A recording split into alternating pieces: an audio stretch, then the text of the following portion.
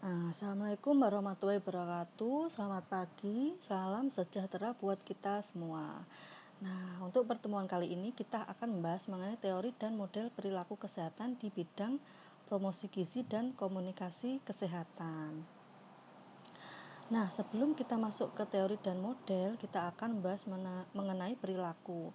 Nah, perilaku itu merupakan respon atau reaksi seseorang terhadap orang lain, dan orang lain tersebut merespon. Nah, kemudian, perilaku adalah kegiatan atau aktivitas yang dilakukan seseorang dalam rangka pemenuhan keinginan, kehendak, kebutuhan, nafsu, dan sebagainya. Nah, kegiatan atau aktivitas itu contohnya pengamatan, perhatian, merasakan, menilai, keinginan, kehendak, dan sebagainya. Nah, kemudian perilaku manusia hakikatnya merupakan proses interaksi individu dengan lingkungannya sebagai manifestasi hayati bahwa dia adalah makhluk hidup. Nah, untuk selanjutnya bentuk perilaku. Bentuk perilaku itu ada dua, yaitu bentuk perilaku tertutup dan bentuk perilaku terbuka. Kalau bentuk perilaku tertutup itu merupakan respon seseorang dalam bentuk terselubung atau tertutup. Ya, jadi orang lain tidak bisa menilai, hanya diri kita sendiri yang bisa menilai. Kemudian kalau perilaku terbuka itu merupakan respon seseorang terhadap stimulus dalam bentuk tindakan nyata secara terbuka. Jadi orang lain itu bisa menilai apa yang kita lakukan karena kita melakukan sebuah tindakan. Nah, kemudian untuk selanjutnya proses pembentukan perilaku. Jadi perilaku manusia itu pada dasarnya dipengaruhi oleh tingkat kebutuhan. Contohnya kalau kita haus kita minum, kalau kita lapar kita makan. Itu adalah kebutuhan kita. Nah, menurut hierarki kebutuhan Maslow, itu kebutuhan untuk perilaku itu ada 5, yaitu physiological need, safety need, social need, esteem need, dan self actualization. Nah, kemudian untuk fisiologis. Nah, kebutuhan fisiologis ini adalah kebutuhan paling dasar atau paling besar. Ya, seperti kebutuhan untuk mempertahankan hidupnya secara fisik. Nah, contohnya makan, minum, tidur, pakaian, dan lain-lain. Nah, sesudah kebutuhan fisiologis itu tercapai, kemudian muncul kebutuhan akan rasa aman. Nah, contoh perlindungan dan kebebasan dari ancaman. Kemudian setelah itu muncul kebutuhan sosial. Nah, kebutuhan sosial itu mencakup hal-hal seperti cinta, penerimaan, dan kepemilikan. Misalnya pertemanan, keluarga, kelompok sosial, kelompok masyarakat, seperti itu. Kemudian muncul lagi kebutuhan penghargaan. Nah, kebutuhan penghargaan ini mulai memainkan peran yang lebih menonjol dalam memotivasi perilaku seseorang. Nah, contohnya di sini seperti harga diri, nilai pribadi, seperti itu. Kemudian yang paling puncak adalah aktualisasi diri.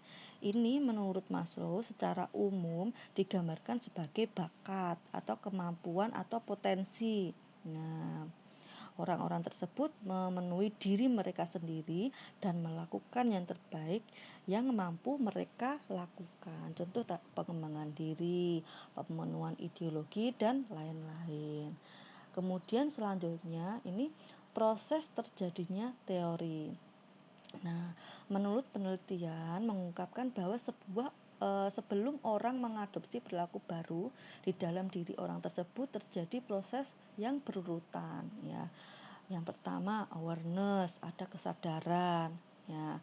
Contohnya eh, contohnya kalau umpama ada seminar gizi. Nah, seseorang itu tahu atau si A itu tahu kalau ada seminar, kemudian dia akan tertarik. Nah, ini namanya awareness. Nah, dia tahu atau dia sadar ada seminar. Kemudian selanjutnya interest, ketertarikan. Nah, setelah dia sadar tadi, lalu dia akan tertarik kepada pesan itu bahwa ada seminar gizi itu. Nah, kemudian selanjutnya dia akan mengevaluasi atau menimbang-nimbang. Dia lihat waktunya, harinya kapan, tanggalnya, kemudian kira-kira dia bisa atau tidak. Nah, setelah menimbang-nimbang, lalu dia melakukan trial atau mencoba, dia ikut seminar itu. Nah, setelah dia mencoba lalu dia mengambil itu, artinya sesudah dia mengikuti seminar itu lalu dia kemudian mengetahui manfaatnya, mengambil manfaatnya, mengetahui penyebab, kemudian dia mengaplikasikan kepada orang lain atau masyarakat tentang apa yang dia tahu tentang dari seminar gizi tersebut. Nah, kemudian selanjutnya ada karakteristik perilaku. Jadi, perilaku itu adalah perkataan dan perbuatan individu. Jadi, apa yang dikatakan atau dilakukan oleh seseorang itu merupakan karakteristik dari perilakunya. Contoh, saat diberikan penyuluhan gizi pada ibu hamil. Ternyata ibu hamil itu patuh apa yang disampaikan oleh nakes, dia mulai memenuhi gizinya. Nah, berarti karakter ibu hamil tersebut adalah dia orangnya patuh terhadap peraturan. Kemudian yang kedua, perilaku mempunyai satu atau lebih dimensi yang dapat diukur, yaitu frekuensi, durasi, dan intensitas. Jadi perilaku itu dapat diukur. Contohnya kalau kita makan buah atau sayur itu dapat diukur atau dihitung berapa kali dalam sehari, berapa kali dalam seminggu, banyak atau sedikit, seperti itu. Kemudian perilaku dapat diobservasi, jadi perilaku itu dapat direkam atau dapat diamati. Siapa yang mengamati? Bisa keluarga atau nakes. Kemudian yang selanjutnya, perilaku mempengaruhi lingkungan. Jadi di sini baik lingkungan fisik maupun lingkungan sosial. Jadi perilaku itu sangat mempengaruhi lingkungan kita. Contohnya kalau lingkungan fisik itu bisa pekerjaan. Kemudian lingkungan sosial itu contohnya bisa interaksi dengan lingkungan sekitar. Kemudian yang selanjutnya, perilaku itu dipengaruhi oleh lingkungan. Kalau tadi perilaku mempengaruhi lingkungannya, ini perilaku dipengaruhi oleh lingkungan. Nah, jika lingkungan sekitar kita itu peduli akan pentingnya pengetahuan tentang gizi atau masalah gizi, maka kita juga akan terpengaruh, kita juga akan mempunyai motivasi untuk meningkatkan gizi, seperti itu. Kemudian selanjutnya, perilaku itu bisa tampak atau tidak tampak. Seperti tadi, perilaku itu dapat diamati orang lain dan tidak dapat diamati, atau perilaku tertutup dan perilaku terbuka. Kemudian untuk selanjutnya, faktor-faktor yang mempengaruhi perilaku. Ada faktor predisposisi. Kemudian ini mencakup pengetahuan, sikap, kepercayaan, dan lain-lain. Kemudian faktor pemungkin itu yang mencakup lingkungan fisik, tersedianya atau tidak fasilitas atau sarana-sarana, misalnya ketersediaannya alat pendukung, pelatihan, dan sebagainya. Kemudian faktor penguat. Di sini faktor penguat itu meliputi kayak peraturan, undang-undang, pengawasan, dan lain-lain. Kemudian faktor genetik atau faktor endogen itu misalnya ada ras, kemudian ada jenis kelamin, ada sifat, ada kepribadian, seperti itu. Kemudian faktor eksogen atau faktor dari luar individu, contoh faktor lingkungan. Ada usia, ada pendidikan, ada pekerjaan, ada agama, sosial ekonomi, dan ada budaya. Nah, kemudian untuk perilaku kesehatan. Perilaku kesehatan sendiri itu adalah suatu respon seseorang terhadap stimulus atau objek yang berkaitan dengan sakit dan penyakit, sistem pelayanan kesehatan, makan dan minum, serta lingkungan. Jadi, di sini perilaku kesehatan itu dibagi menjadi dua, yaitu perilaku kesehatan yang dilayani atau menerima pelayanan atau customer, dan perilaku pemberi pelayanan atau petugas kesehatan yang melayani atau provider. Kalau customer itu meliputi perilaku preventif, promotif, kuratif, dan rehabilitatif. Kalau preventif itu mencegah, kalau promotif itu meningkatkan. Ya, kalau kuratif itu contohnya seperti berobat ke nakes, kemudian kita harus mengenali gejala dari penyakit, itu termasuk kuratif. Kalau perilaku rehabilitatif itu perilaku pemulihan. Jadi kita menjaga kesehatan, jangan sampai sakit lagi, seperti itu. Kemudian selanjutnya pengelompokan perilaku kesehatan. Jadi perilaku kesehatan itu dikelompokkan, yaitu ada healthy promotion behavior, yaitu perilaku sehubungan dengan peningkatan dan pemelihara kesehatan. Contoh, makan yang bergizi, olahraga teratur. Kemudian healthy prevention behavior adalah respon untuk melakukan pencegahan penyakit. Contohnya, tidak minum minuman beralkohol, tidak merokok, tidak makan yang mengandung lemak. Tuh, kemudian healthy seeking behavior itu yaitu perilaku untuk melakukan atau mencari pengobatan atau memecahkan masalah. Contoh usaha-usaha untuk mengobati diri sendiri atau mencari pengobatan ke fasilitas kesehatan. Kemudian yang keempat, healthy rehabilitation behavior, yaitu perilaku yang berhubungan dengan usaha-usaha pemulihan kesehatan setelah sembuh dari suatu penyakit.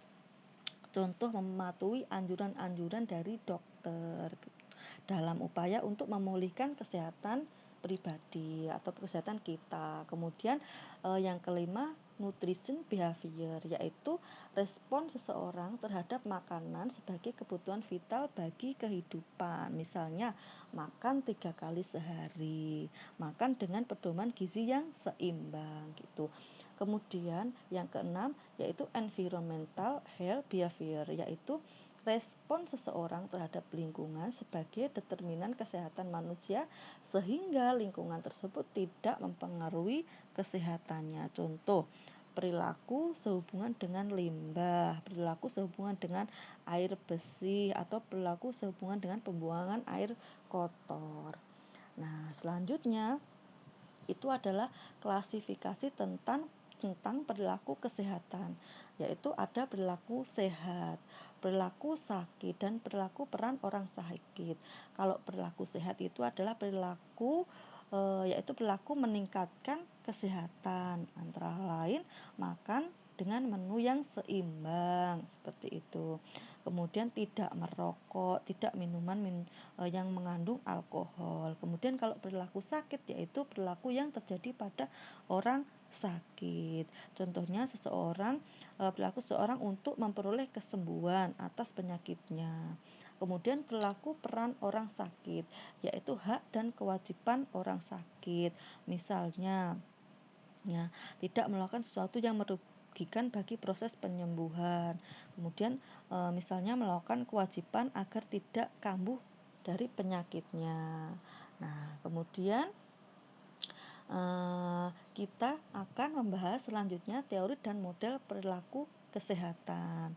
Nah, apa sih sebenarnya perbedaan antara teori dan model? Nah, model itu merupakan aplikasi dari penerapan teori tersebut ke dalam praktek komunikasi. Jadi model itu juga merupakan suatu bentuk gambaran untuk mempermudah kita untuk memahami suatu fenomena seperti itu.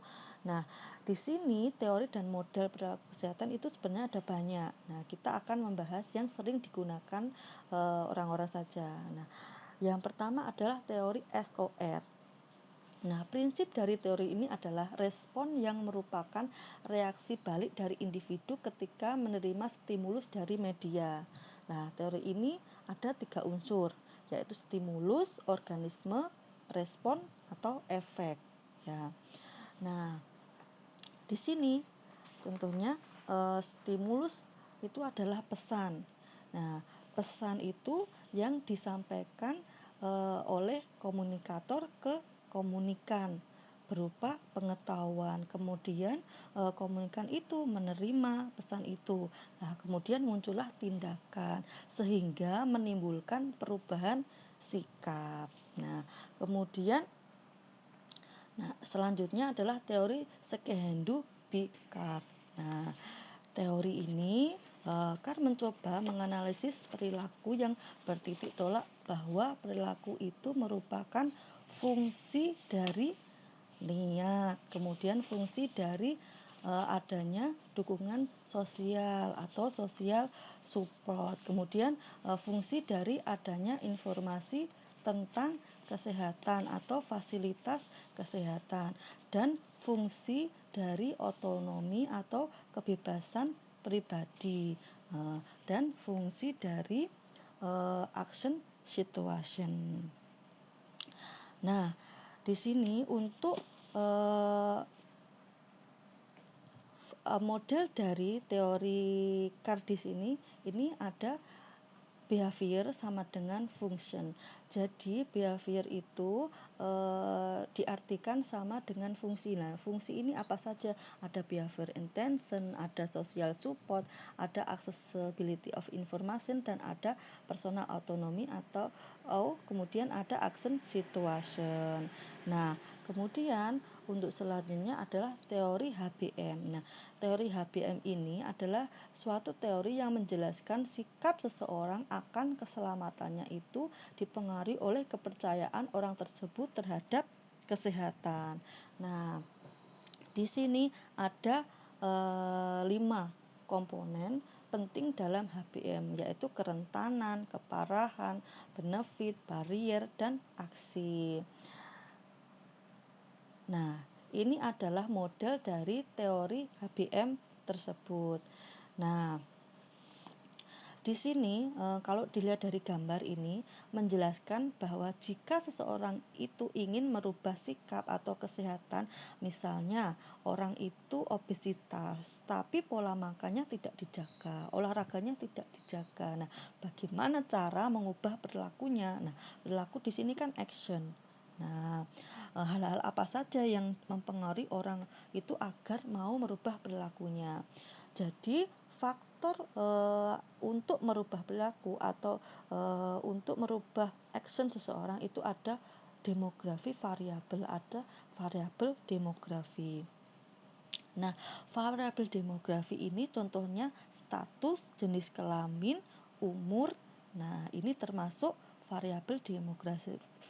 Ini yang mempengaruhi seorang itu bisa mengambil tindakan untuk kesehatannya. Kemudian faktor selanjutnya ada karakteristik psikologi.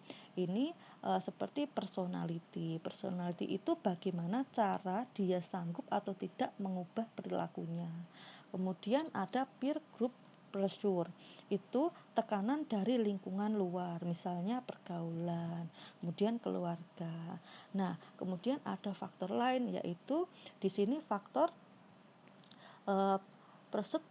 susceptibility atau persepsi kerentanan. Di sini misalnya obesitas, ya, individu itu umpama percaya atau enggak bahwa dia itu rentan terkena obesitas. Ya, di sini dia istilahnya dia tahu atau tidak bahwa dia itu rentan terkena obesitas. Nah, kemudian ada perceived severity di sini atau persepsi keparahan. Nah, di sini individu itu percaya atau tidak bahwa jika menderita obesitas itu maka efeknya akan parah dalam kehidupan. Nah, jika orang itu percaya akan kerentanan dan keparahan dari obesitas, maka akan timbullah tindakan atau action. Nah, jadi di sini kerentanan dan keparahan itu saling mempengaruhi.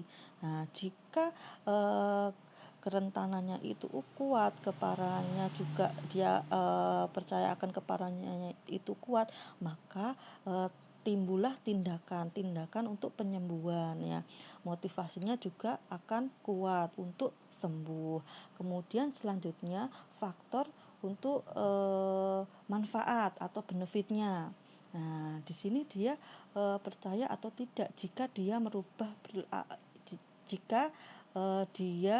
perilakunya atau dia akan merubah perilakunya itu, maka manfaatnya akan baik bagi dirinya sendiri. Nah, itu dia percaya atau tidak, seperti itu. Jika dia percaya bahwa kalau dia bisa merubah perilakunya menjadi perilaku hidup sehat, maka aksennya juga akan baik, perilakunya juga akan baik, sehingga nanti timbul ke gaya hidup sehat dengan baik. Kemudian untuk selanjutnya barrier atau hambatan. Ini hambatan. Nah, di sini hambatan, dia percaya atau tidak jika halangan-halangan itu bisa diatasi. Nah, misalnya percaya atau tidak bahwa olahraga itu kalau dia olahraga, dia mau pola makannya dia akan baik, maka dia akan dapat keuntungan. Nah, waktu dia dapat keuntungan itu hambatannya apa aja? Kalau olahraganya, pas dia olahraga itu hambatannya apa aja? Contohnya, kalau dia olahraga itu tempat olahraganya jauh atau tidak punya alat untuk olahraga, itu termasuk hambatan. Nah, di situ dia percaya atau tidak bahwa dia itu bisa mengatasi hambatan itu. Jika dia percaya dia mampu mengatasi hambatan itu, maka akan timbul action, tuh akan timbul perilaku. Nah, nanti perilaku itu akan merubah gaya hidupnya menjadi lebih baik. Nah, itu sedikit definisi mengenai penjelasan mengenai HBM atau Have Belief Model. Kemudian untuk selanjutnya itu teori dukungan sosial atau social support theory. Itu merupakan sebuah dukungan atau bantuan berupa informasi, saran, tindakan, tingkah laku yang nyata dari lingkungan sosial. Nah, faktor-faktor yang mempengaruhi dukungan sosial itu ada 3, yaitu faktor fisik, kemudian faktor sosial dan faktor psikis. Nah, faktor fisik berupa sandang, pangan, papan. Kemudian faktor kemudian kebutuhan sosial itu berupa kebutuhan untuk bersosialisasi dengan lingkungannya. Kemudian kebutuhan psikis, contohnya dukungan motivasi, solusi dari orang lain, itu adalah kebutuhan psikis. Kemudian untuk selanjutnya adalah model social support theory. Nah, ini adalah model social supportnya. Ini adalah bagannya.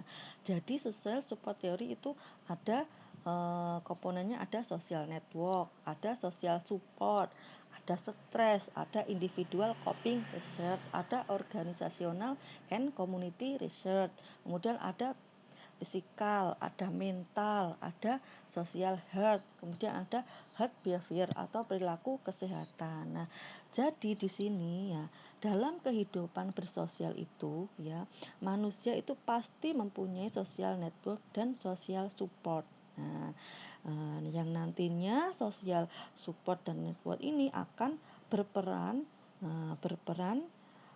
mempengaruhi kesehatan fisik, mental, dan kesehatan sosial individu itu. Nah, kemudian, sosial network dan sosial support ini berpotensi juga menimbulkan stres. Nah, jika sosial network dan sosial support ini tidak didapatkan dengan baik, maka individu itu akan timbul stres, menjadi stres. Nah, stres itu didapatkan atau dapat diatasi. Stres itu dapat diatasi dengan individual coping research dan juga sumber daya yang ada di masyarakat. Nah, individual coping research atau kemampuan individu memecahkan masalah ini misalnya dengan pengetahuan individu itu. Nah, itu cara untuk mengatasi stres yang didapatkan dan akses dia mendapatkan informasi itu dari keluarga, teman, nakes. Nah, ini menjadi cara untuk menghadapi stres atau memecahkan masalahnya. Nah, kemudian sumber daya yang ada di masyarakat ini contohnya apa aja? Contohnya bisa kegiatan PKK atau kegiatan Karang Taruna. Nah, adanya informasi dari masyarakat ini bisa mengatasi stres itu. Nah, kemudian apabila individu tadi bisa memiliki individual coping resource dan bisa memanfaatkan sumber daya yang ada di masyarakat secara tidak langsung, dia akan membantu mengatasi stres yang dirasakan. Nah, yang nantinya akan berpengaruh secara langsung itu kepada kesehatan fisik, mental, dan kesehatan individu itu. Apabila kesehatan fisik, mental, dan kesehatan individu itu baik, maka perilakunya juga akan baik dan juga sebaliknya. Nah, itu sedikit penjelasan mengenai model sosial support teori atau SST. Kemudian selanjutnya adalah teori sosial kognitif of self-regulation. Nah, itu adalah perilaku yang terjadi dalam suatu konteks sosial yang dinamis dan timbal balik antara individu, lingkungan, dan perilaku. Jadi menurut Bandura ini ada 3 komponen penting yang saling mempengaruhi dalam proses perubahan perilaku, yaitu faktor personal, lingkungan, dan perilaku. Nah, ketiga faktor ini saling mempengaruhi itu. Nah, ini adalah model timbal balik antara dalam sosial kognitif. Nah, jadi komponen dalam sosial kognitif itu ada behavior, personal factor, dan faktor lingkungan. Nah, behavior itu misal perilaku gaya hidup bersih dan sehat. Kemudian kalau personal factor misal keyakinan diri, seperti itu, pengaturan diri. Kemudian kalau faktor lingkungan misalnya tenaga kesehatan, keluarga, masyarakat yang mempengaruhi perilaku dan dari faktor personal itu. Kemudian nah, ini gambarnya model dari sosial kognitif. Nah, saling keterkaitan antara ketiga faktor itu. Nah, tanda panah itu artinya saling mempengaruhi. Nah, untuk tanda panah yang menghubungkan personal faktor dan behavior itu misalnya keyakinan diri orang itu akan pentingnya kesehatan yang baik itu akan mempengaruhi perilaku gaya hidup sehatnya juga. Jadi jika keyakinan diri orang itu baik, maka perilaku gaya hidupnya sehatnya juga akan baik dan juga sebaliknya. Nah, kemudian tanda panah yang behavior ke environmental factor itu contohnya perilaku gaya hidup sehat yang baik itu dipengaruhi oleh dukungan penuh dari lingkungan, keluarga atau nakes atau masyarakat dan juga sebaliknya.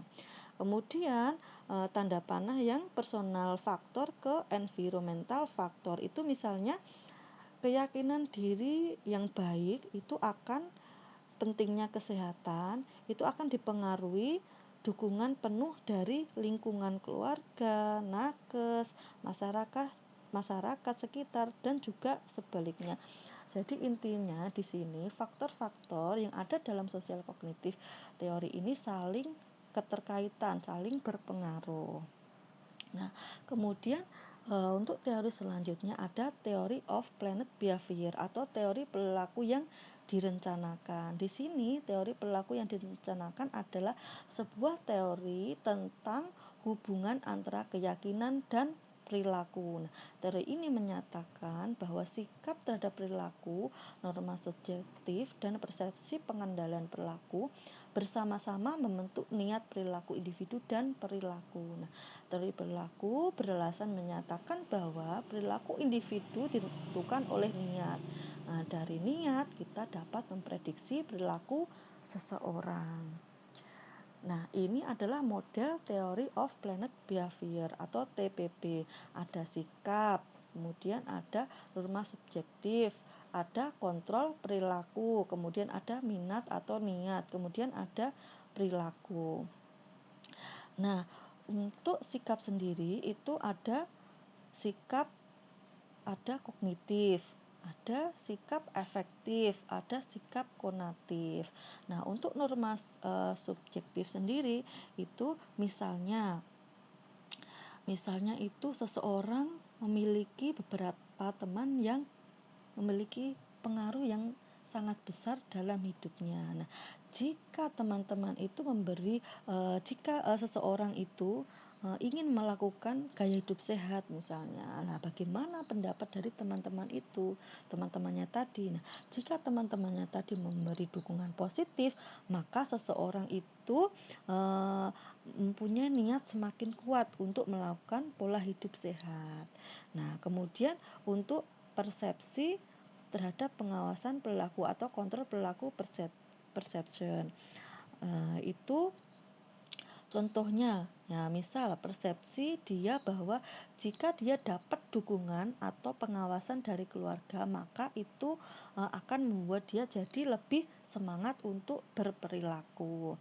Nah, kemudian untuk niat sendiri itu adalah untuk melakukan perilaku, yaitu kecenderungan seseorang untuk memilih untuk melakukan atau tidak melakukan sesuatu tersebut atau perilaku tersebut. Nah, jadi kesimpulannya semakin kuat sikap positif seseorang individu itu, maka semakin banyak dan semakin banyak orang yang mendukungnya, maka semakin besar pula kemungkinan individu itu mampu berperilaku. Nah, maka niatnya semakin besar dan kemungkinan besar pula perilaku benar-benar akan terjadi.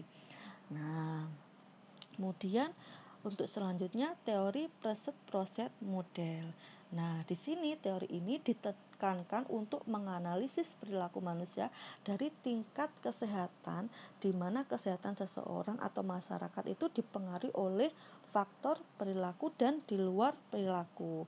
Nah, faktor-faktor yang menentukan perilaku sehingga menimbulkan perilaku yang positif itu ada 3 faktor, yaitu faktor predisposisi dan kemudian faktor pemungkin atau pendukung, kemudian faktor penguat. Nah, faktor predisposisi ini misalnya perilaku ibu hamil akan termotivasi untuk meminum tablet FE jika ibu hamil itu tahu manfaatnya. Kemudian untuk faktor pemungkin misalnya seorang ibu hamil akan mudah mendapatkan pelayanan kesehatan apabila tersedianya fasilitas kesehatan atau sarana kesehatan seperti puskesmas dan rumah sakit yang terjangkau. Kemudian faktor penguat, misalnya ibu hamil itu akan selalu melakukan pemeriksaan kehamilannya di puskesmas apabila dia didukung oleh orang di sekitarnya, bisa suami, keluarga, atau petugas kesehatan atau masyarakat sekitar. Nah, kemudian ini adalah model dari teori preset-proset. Jadi ada 9 fase dalam teori ini. Prosetnya itu terdiri dari 5 fase dan prosetnya itu ada 4 fase.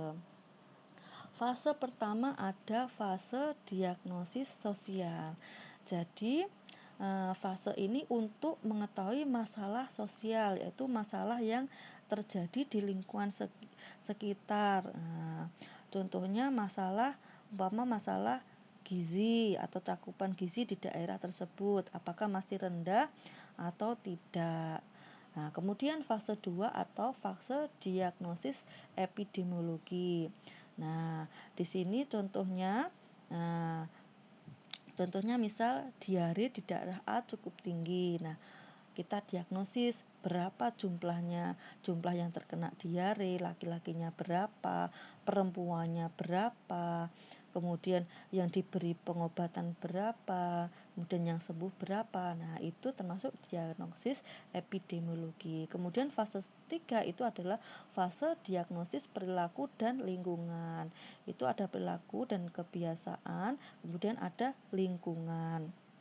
Nah, untuk perilaku sendiri itu misalnya perilaku seseorang atau status kesehatan atau kualitas hidup seseorang atau masyarakat itu. Nah, perilakunya bagaimana? Kemudian apakah perilaku itu berpengaruh atau tidak? Kebiasaan orang itu bagaimana? Nah, itu kita diagnosis. Kemudian kalau lingkungan contohnya, nah perilaku lingkungan di sekitarnya itu bagaimana perilakunya di lingkungan. Misalnya air di lingkungan itu bagaimana? Apakah airnya bagus untuk dikonsumsi atau tidak? Kemudian contohnya banjir di lingkungan itu, banjir atau tidak di lingkungan tersebut, itu masuk dalam fase ketiga. Kemudian ke fase 4. Fase keempat di sini diagnosis pendidikan dan organisasional. Itu ada 3 fase, yaitu ada 4 faktor yang termasuk dalam fase keempat ini. Ada faktor predisposisi, faktor penguat, dan faktor pemungkin. Nah, kalau faktor predisposisi itu misalnya kurangnya pengetahuan ibu tentang tumbuh kembang anak gitu misalnya. Kemudian faktor pendorong itu misalnya sarana prasarana MCK yang belum memadai. Nah, itu termasuk faktor pendorongnya. Kemudian faktor penguat, misalnya orang yang berpengaruh di lingkungan tersebut, itu ada faktor penguat ya, yang menjadi pendorongnya itu. Misalnya buang sampah di sungai. Nah, itu termasuk dalam fase keempat.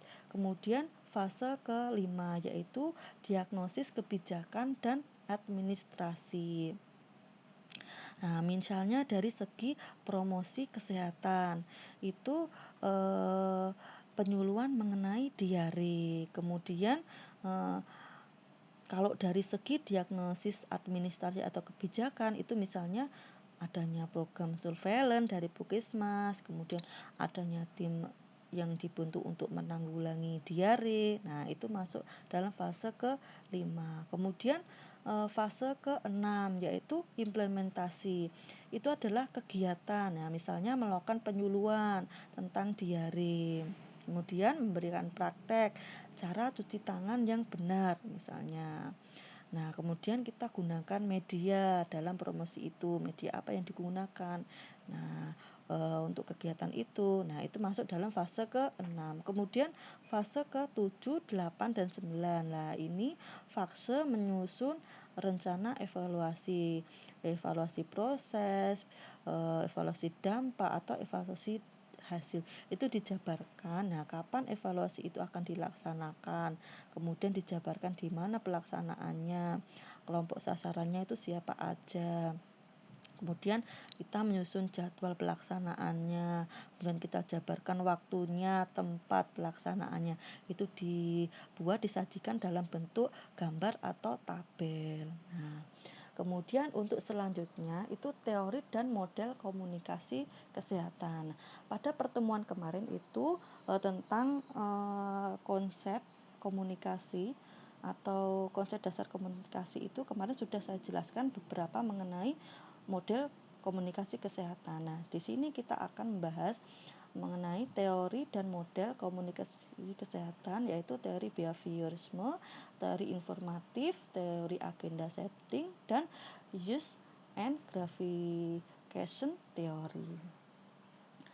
Nah, untuk teori behaviorisme itu adalah teori yang mempelajari perilaku manusia. Nah, semua perilaku termasuk tindak balas atau respon ditimbulkan oleh adanya rangsangan atau stimulus atau dikenal dengan istilah model stimulus respon. Misalnya, pada saat penyuluhan di sekolah-sekolah mengenai cuci tangan. Setiap siswa yang bisa mempraktekkan cara cuci tangan dengan benar maka akan dapat hadiah. Nah, stimulusnya ini berupa hadiah agar para siswa itu antusias dalam mengikuti penyuluhan ini sehingga timbullah perilaku yang baik. Jadi stimulusnya itu berupa hadiah. Nah, hadiah itu nantinya akan membentuk respon atau akan membuat para siswa itu antusias untuk mengikuti penyuluhan. Nah, sehingga timbullah perilaku yang baik. Nah, jadi perilaku yang baik itu juga dipengaruhi adanya stimulus. Seperti itu. Nah, untuk selanjutnya adalah teori informatif. Nah, di sini teori informasi ini dikembangkan oleh Shannon dan Weaver. Nah, teori informatif adalah teori yang menitik beratkan pada komunikasi sebagai suatu transmisi pesan dan bagaimana transmitter itu menggunakan media dalam berkomunikasi. Nah, dalam hal ini, jika sinyal media yang digunakan baik, maka komunikasi akan berjalan efektif. Begitu pula sebaliknya, apabila sinyal media tidak baik, maka komunikasi tidak akan berjalan lancar. Nah, jadi di sini komunikator ini adalah model dari informatif. Jadi di sini komunikator itu menyampaikan pesan kepada komunikar atau encoder. Nah, kemudian pesan itu diubah menjadi sinyal. Nah, melalui media seperti telepon. Nah, kemudian penerima pesan itu menerima sinyal tersebut. Nah, jadi kemudian sinyal itu diubah menjadi pesan. Nah, dalam proses ini biasanya terdapat gangguan. Nah, gangguan kalau channelnya itu berupa telepon, biasanya ada gangguan bising, ada suara atau gangguan dari sinyalnya. Kemudian untuk selanjutnya teori agenda setting. Nah, teori agenda setting ini proses di mana media massa mampu menentukan apa yang sedang publik pikirkan. Nah, ketika media massa dapat mengarahkan suatu atau sebuah peristiwa yang dianggap penting dan peristiwa mana yang tidak dianggap penting, maka publik akan terpengaruh. Jadi, teori ini berupaya menjelaskan bahwa wacana yang beredar atau menjadi opini publik itu merupakan sebuah agenda yang disetting oleh media. Seperti itu. Nah, ini adalah model dari teori informatif. Nah, ada 3 komponen atau 3 bagan, yaitu agenda media, agenda publik, dan reality. Nah, contohnya fenomena yang dijelaskan tentang fenomena utang negara contohnya. Nah, data empirik atau data sesungguhnya itu menunjukkan adanya peningkatan hutang negara. Namun, konsen publik itu dialihkan pada soal lain, contohnya pada soal prestasi pemerintah. Nah, seperti pembangunan infrastruktur dan lain-lain. Jadi, konsentrasi dari masyarakat itu akan ke prestasi pemerintah. Padahal di situ sebenarnya masalah pemerintah adalah peningkatan hutang, seperti itu. Kemudian selanjutnya adalah teori kegunaan dan kepuasan. Nah, teori ini menyatakan bahwa orang secara aktif mencari media tertentu dan muatan tertentu untuk menghasilkan kepuasan tertentu. Nah, teori ini menganggap orang aktif karena mereka mampu untuk mempelajari dan mengevaluasi berbagai jenis media untuk mencapai tujuan komunikasi. Nah, jadi faktor sosial atau psikologis itu menimbulkan kebutuhan. Nah, kebutuhan melahirkan harapan-harapan terhadap media massa. Kemudian yang mengarah pada perbedaan pola penggunaan media. Kemudian menghasilkan gratifikasi kebutuhan atau konsekuensi lainnya. Ini adalah model dari teori kegunaan dan kepuasan. Kemudian untuk selanjutnya di sini kita akan membahas mengenai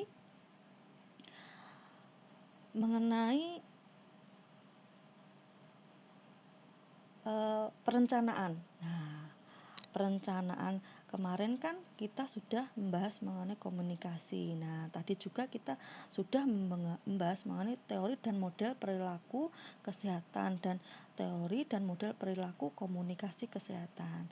Nah, sekarang kita akan membahas mengenai bagaimana agar komunikasi kesehatan itu bisa berjalan dengan baik. Nah, yaitu dengan perencanaan yang matang. Nah, apa saja perencanaan itu? Nah, perencanaan itu kita akan menggunakan proses sebagai tahap pada komunikasi strategi. Nah, apa sih PIP proses itu? Nah, PIP proses adalah sebuah kerangka yang menggambarkan tahap demi tahap bagaimana mengembangkan strategi program komunikasi kesehatan agar proses komunikasi kesehatan itu bisa berjalan dengan lancar. Nah, ini adalah tahapan pada komunikasi strategis. Ada 5 step.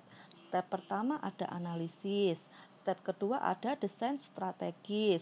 Step ketiga ada pengembangan dan uji coba. Kemudian step keempat ada implementasi dan monitoring. Step kelima ada evaluasi dan replanning. Nah, step pertama, nah, itu ada analisis situasi. Biasanya orang-orang itu kebanyakan menggunakan analisis SWOT.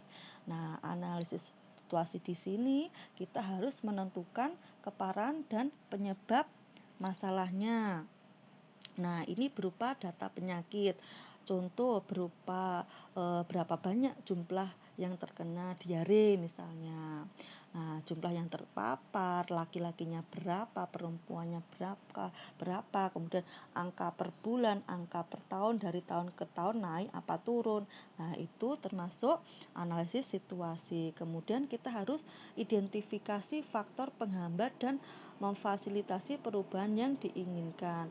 Jadi faktor penghambat itu misalnya, di sana ada fasilitasnya kurang misalnya, itu yang menjadi penghambat.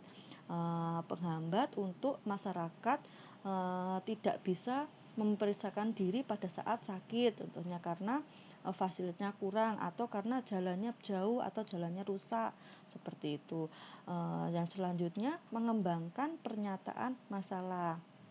Nah, sesudah masalah itu kita kembangkan, misalnya diare timbul itu karena adanya penyebab, misalnya penyebabnya sumber air tercemar atau kurang pengetahuan. Nah, kita kembangkan masalah itu, apa aja penyebabnya, kemudian apa aja yang mempengaruhi, seperti itu. Kemudian setelah kita kembangkan masalah itu, kita tahu faktor-faktor penyebabnya, faktor penghambatnya, kemudian kita lakukan penelitian, kita langsung terjun ke lapangan. Nah, itu termasuk data analisis situasi. Kemudian untuk analisis audien atau komunikan. Di sini kita harus melakukan analisis partisipasi. Itu misalnya selama ini masyarakat mendapat penyuluhan kesehatan. Nah, dari siapa aja penyuluhannya ya. Terus kemungkinan bisa kerjasama dengan pihak mana aja untuk memberikan dukungan pada masyarakat itu. Nah, itu termasuk analisis partisipasi. Nah, kemudian kita harus melakukan analisis sosial dan perilaku, misalnya perilaku masyarakatnya bagaimana, apa yang menyebabkan masyarakat itu tidak ber-PHBS sehingga timbulnya diare, itu misalnya. Kemudian kita harus menilai komunikasi dan kebutuhan pelatihan. Nah, misalnya di daerah itu masyarakatnya biasanya memperoleh informasi dari media apa, contohnya umpama media radio seperti itu, atau media TV. Nah, kemudian dari segi bahasa apa yang digunakan, seperti itu.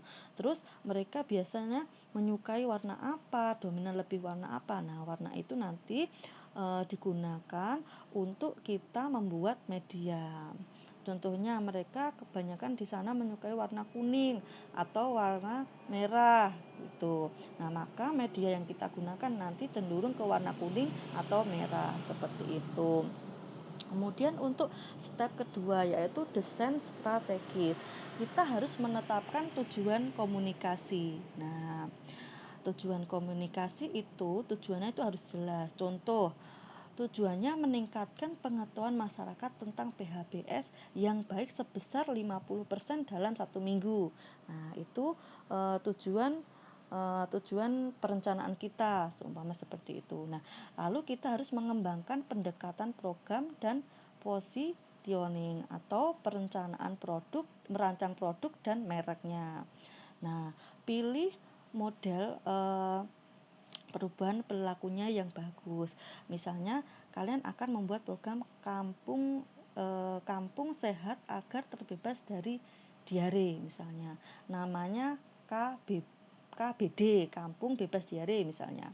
Nah, jelaskan mengapa dan bagaimana program ini diharapkan merubah perilaku kesehatan.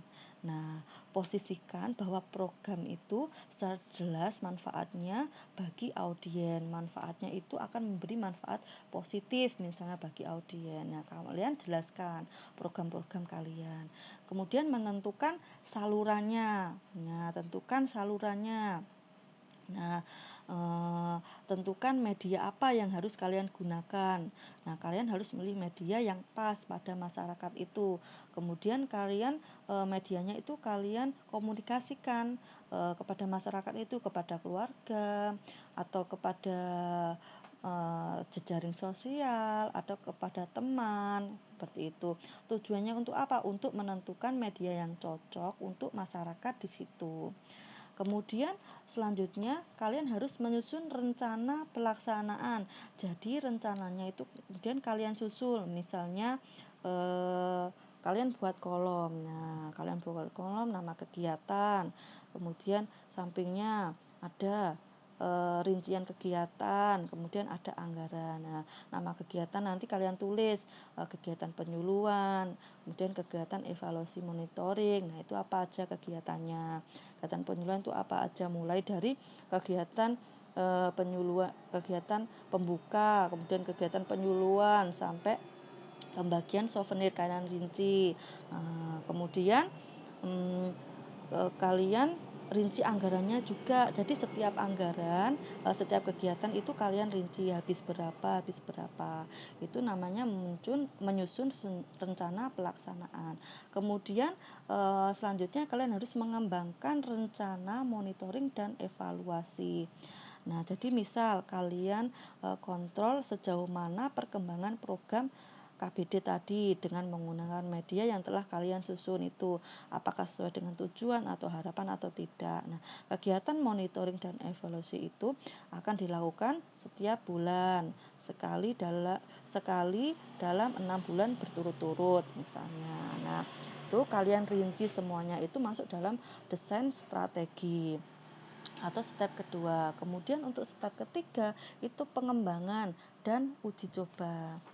Jadi kalian kembangkan.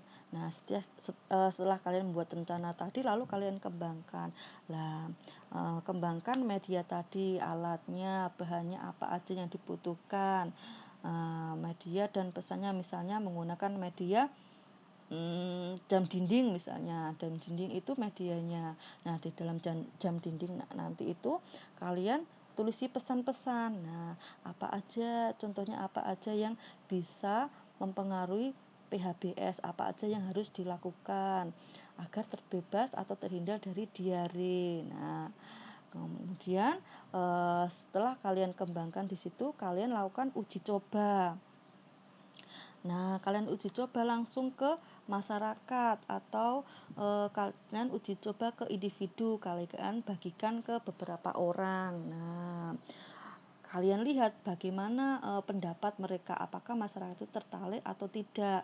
Nah, apakah mereka dengan melihat jam itu, apakah mereka tahu maksudnya, apakah mereka terpanggil atau tidak dari pesan itu. Nah, seperti itu. Kemudian kalian lihat apakah warnanya sudah cocok atau belum, sudah cocok di daerah situ atau belum, seperti itu.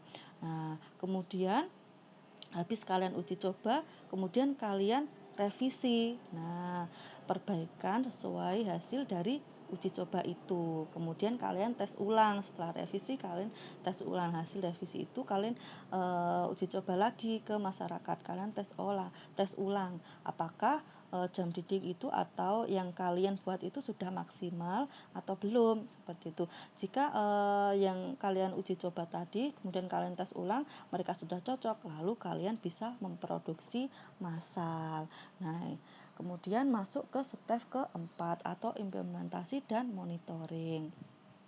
Nah, itu kalian setelah tadi ya kalian sudah revisi ulang, kemudian kalian cetak, kemudian kalian produksi dan menyebarkan. Ya, kalian sebarkan ke masyarakat. Kemudian berikan pelatihan pada tim dan pekerja lapangan. Nah, timnya itu bisa kader atau tokoh masyarakat untuk membantu kita dalam penyampaian pesan. Kemudian Kemudian mobilisasi peserta kunci, yaitu mengarahkan sasaran kunci seperti orang yang dianggap tua di situ sebagai panutan atau penderita diare itu, penderita diare langsung itu sebagai sasaran kunci kita yang akan kita lakukan penyuluhan. Kemudian mengelola dan memantau program. Nah, sesudah kita berikan penyuluhan dan pelatihan kepada sasaran, kita lakukan pemantauan setiap bulannya. Kita pantau melalui tim kita tadi. Kemudian sesuaikan program berdasarkan pemantauan. Nah, program kita harus kita update sesuai dengan pemantauan yang di lapangan. Kemudian untuk step kelima itu atau step terakhir itu ada evaluasi dan replanning, yaitu kita harus mengukur hasil dan menilai dampaknya. Nah, ukur hasil dan dampaknya setelah diberikan program KBD tadi. Oh, ternyata sekarang angka diare menurun atau masyarakat sadar akan PHBS misalnya. Kemudian menyebar luaskan hasil. Nah, laporan hasil tadi kita sampaikan ke puskesmas setempat atau dinas kesehatan terkait. Kemudian kita tentukan kebutuhan masa depan. Nah, buat program berupa apa aja yang dibutuhkan masyarakat untuk selanjutnya. Misalnya tong sampah, nah disediakan di setiap rumah atau tempat cuci tangan. Disediakan di setiap rumah dan lain-lain. Kemudian merevisi atau mendesain ulang program. Nah, lalu desain ulang program sesuai dengan revisi dari hasil implementasi, monitoring, dan evaluasi tadi. Nah, itu tadi mengenai materi pada hari ini. Nah, itu aja mungkin yang bisa saya sampaikan untuk hari ini. Terima kasih semuanya. Assalamualaikum warahmatullahi wabarakatuh. Silahkan kalau ada pertanyaan, silahkan kalian tulis pada kolom komentar.